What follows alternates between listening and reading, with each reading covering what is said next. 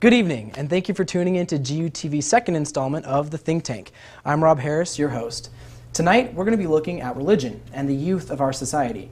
Study after study and poll after poll show that less young people today consider themselves religious than ever before, and these numbers continue to grow. This topic is especially relevant to us here at Gonzaga, a Jesuit university.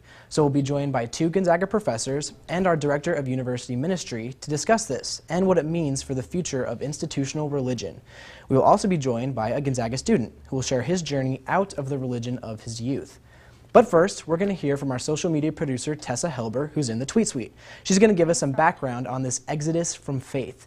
She's also going to tell you how you can participate in the discussion. Tessa? Thanks, Rob. Would you say that your day-to-day life has changed in any substantive way? Yeah, definitely. I'm less guilty. I definitely feel less guilt. I don't overthink things like I used to. I've never become like a militant atheist. It's just sort of... Quote of the night: life is a marathon, not a sprint. Thank you so much, Christian, for being here and for sharing your story. Coming up, we'll meet our panel for the evening and dive into the discussion. We have a Jesuit, a professor of religious studies, and a director of university ministry, so I think it's fair to say their credentials on the topic speak for themselves. In the meantime, make sure you send your questions and comments on Twitter and Facebook, and we'll be right back.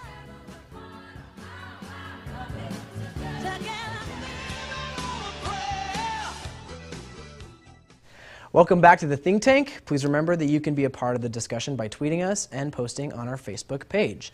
So now let's meet our panel for the evening. We have Michelle Wheatley, Director of University Ministry, Father Tim Clancy, Philosophy, and Dr. Anastasia Wendlander, Religious Studies. Thank you all so much for being here. Where do you find yourself in touch with what you think of as your true self? So going off that, and I'd open that up to the panel, do you think that part of the reason people are less religious today is we have a narrow concept of what we understand God to be? I think definitely. I think that's definitely the case. And just reflecting on what Christian was saying about his own journey, there's parts of that I can really resonate with. And especially about the same time in my life when you're getting out of college and you're trying to find yourself.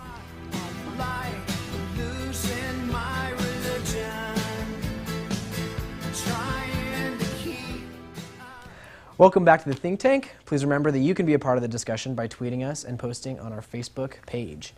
So we're talking over the break about how common it is for young people to question their religion. But it seems that today it's sticking more. It's lasting longer. Why do you think that is? And I'll start with Michelle. Marginalized. At least in the Catholic Church, women are leaving at an incredibly fast rate right now. Right. I think that there's a mentality in a lot of religion, but specifically Catholicism, that it can never change because its legitimacy rests on its tradition. Well, I like this joke that I heard in theology. Nuts. Does the intermingling of politics and religion, particularly in American society, attribute to this decline in your estimation? I teach Christian diversity, and one of the very interesting things that we find in there, the students take, so it's also on those students. You've all mentioned a past of wrestling with religion, and now you all have professions that deal with religion.